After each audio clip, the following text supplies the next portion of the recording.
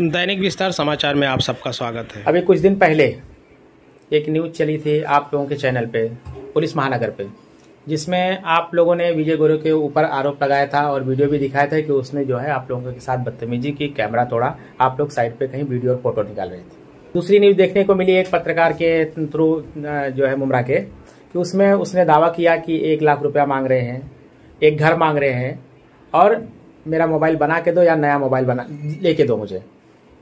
उसके बाद फिर से एक न्यूज़ आप लोगों के ही चैनल पे देखने को मिली जिसमें विजय गोरे माफ़ी मांगता हुआ दिखाई दिया। आप लोगों की पिछली जो 354 वगैरह की थी, किसी पत्रकार के ऊपर आप लोगों ने कंप्लेंट किया था, वो वीडियो भी उसमें दिखाई जा रही है। अभी कल की न्यूज़ में देखने को मिला है, गनी भाई ने जो है MS24 पे उन्होंने एक बयान दिया है और न्यूज़ चलाया है। उसमें इन्होंने कहा कि आप लोगों ने पैसा लिया है, आप लोगों के ऊपर आरोप लग रहा है। कितना सच है दावा और कितना झूठा है, ये आप लोग खुलासा करिए।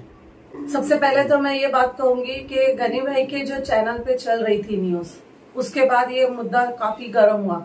लेकिन जब विजय गोरे ने माफी मांगा है हम लोगों से, अगर मैं पैसा ली होती हूँ तो जैसे वो बता रहा है कि मैंने 1 लाख रुपया ली हूँ, एक रूम की मांग करी हूँ और मोबाइल की मांग की हूँ, तो मैं तुमको ये बता देती हूँ, अगर मैंने उससे मोबाइल की मांग की होती तो मेरा ये फोन अभी भी टूटा हुआ वैसा ही है।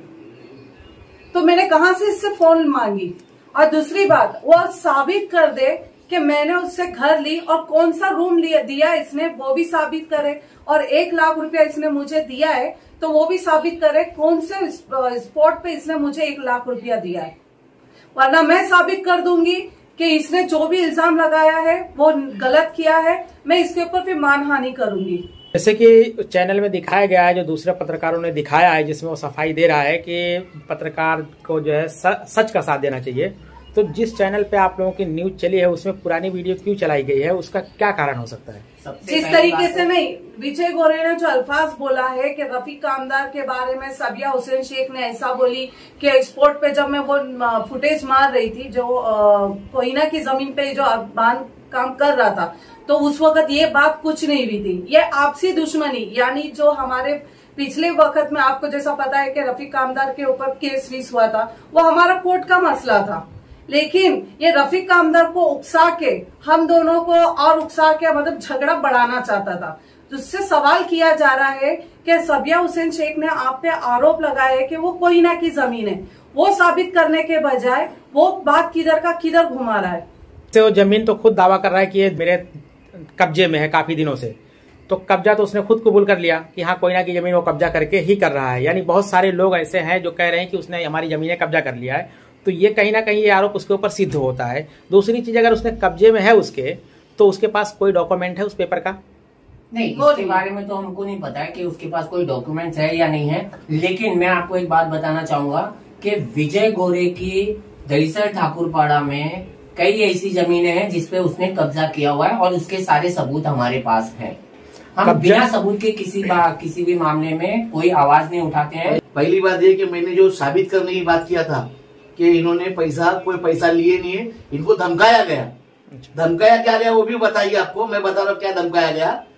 इनको धमकाया ये चीज के लिए गया कि भाई तुम हम एकनाथ शिंदे के पास बिठा के तुम्हारे ऊपर खंडनी केस डालेंगे, एकनाथ शिंदे साहब का नाम लेंगे। और ये रमजान का टाइम था, इनके लिए वो डरे हुए थे। वो हिसाब से इन्होंने क्या बोले कि अपने छोटे छोटे बच्चे बाजू में रहते, तो वो हिसाब से उनके अपनी रिक्शा चलाते, वो हिसाब से डर गए और डर के हिसाब से इन्होंने बोले चलो जान तो खत्म हो गया। लेकिन अगर मेरा बोलने का मतलब है विजय गोरे ने माफी मांगा, तो अगर गलत नहीं होता, तू अगर कब्जेदार ने, तू भू माफिया नहीं है, कब्जेदार नहीं है तू, तो तू माफी किस लिए मांगा? क्यों मांगा माफी तूने? माफी मांगने का जब तेरे को मालूम है कि तो ये पैसा मांग रहे, तेरे से गलत काम कर रहे, तो माफी तू क्यों मांगा? माफी मांगने का इनका काम था, माफी तू मांगा क्यों?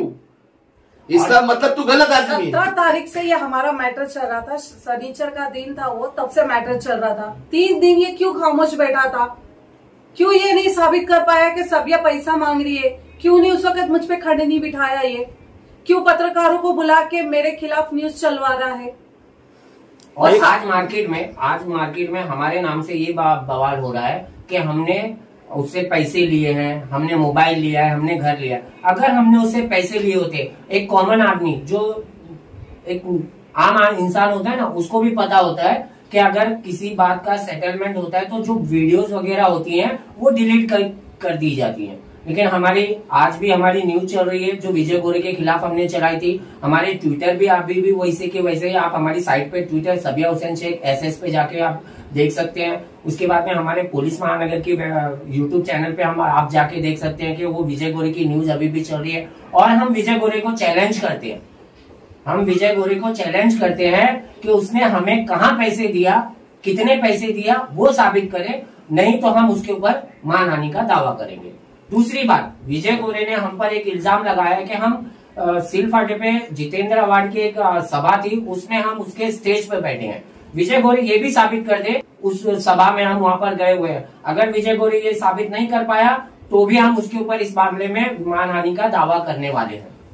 अच्छा, दूसरा एक सवाल मेरा यह है कि विजय गोरे खुद एक वीडियो में कहता हुआ नजर आ रहा है कि मैं ये जमीनें जो है वो बना करके गरीबों को जो है ऐसे फ्री में देता हूं जो भाड़ा वाड़ा नहीं भर पाते हैं, गरीब है, नहीं रह पाते हैं।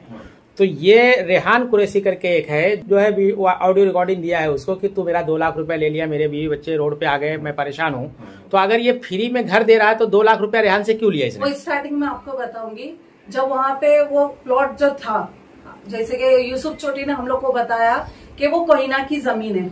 उसके बाद कई साल, 1-1.5 साल के बाद वहाँ पे उन लोगों ने पत्रिका डाला था, तो रेहान कुरैशी वो फेसबुक पे अपलोड करके बता रहा था कि सबिया हुसैन शेख ने जो न्यूज चलाई है वो भी आप देख लीजिए। वो बोला है रेहान कुरैशी ने कि सबिया हुसैन शेख की न्यूज चली और मैं बता देता हूँ कि 2 लाख रुपया वहाँ पे मैंने लगाया था, उधर पत्रे बितरे डाले थे। रेहान कुरैशी को सिर्फ 2 लाख रुपया लेने के बाद रेहान कुरैशी को एक दूध में से मक्खी के जैसे निकाल के बाहर फेंक दिया। वो रेहान कुरैशी का मसला है और वो विजय गोरे का। मुझे इस पे कोई बात नहीं करना है, वो विजय गोरे जाने और रेहान। पहले मेरा बोलने का मतलब ये है कि ये गवर्नमेंट की जगह पे कब्जा करने वाला ये होता कौन है? ये कोयना की जगह है, कोयने की जगह पे कब्जा कैसा कर लिया इसने?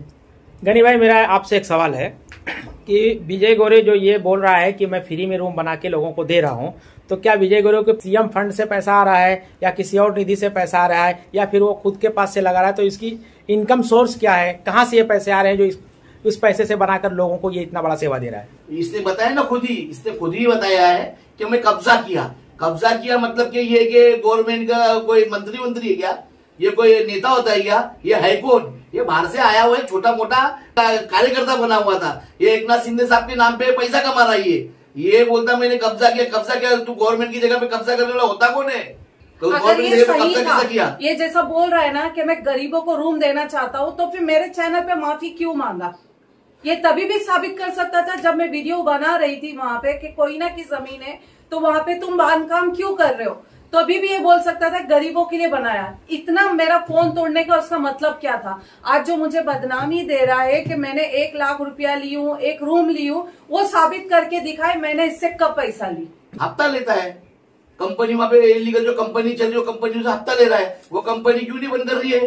तहसील वहां पे है ना, वहां पे तहसील है, ग्राम सेवक है, ग्राम सेवक वहां पे इनके सामने काम हो रहा है। ग्राम सेवक को दिखता नहीं है, आपके सामने है ना ग्राम सेवक के कल्याण भाटे पे उनकी ऑफिस है तहसील की, क्यों नहीं कि उनको दिख रहा नहीं कि यहाँ पे इलीगल काम चल रहा है भट्टियों का, उसका हफ्ता खा रहा है वो। उसके बाद में जो गवर्नमेंट की जगह, वो गवर्नमेंट की जगह पे कब्जा कर रहा है, लोगों के गाले कब्जा कर रहा है, लोगों की दुकानें कब्जा कर रहा है, वही पैसा आ रहा है एकनाथ शिंदे साहब के नाम ले लेके।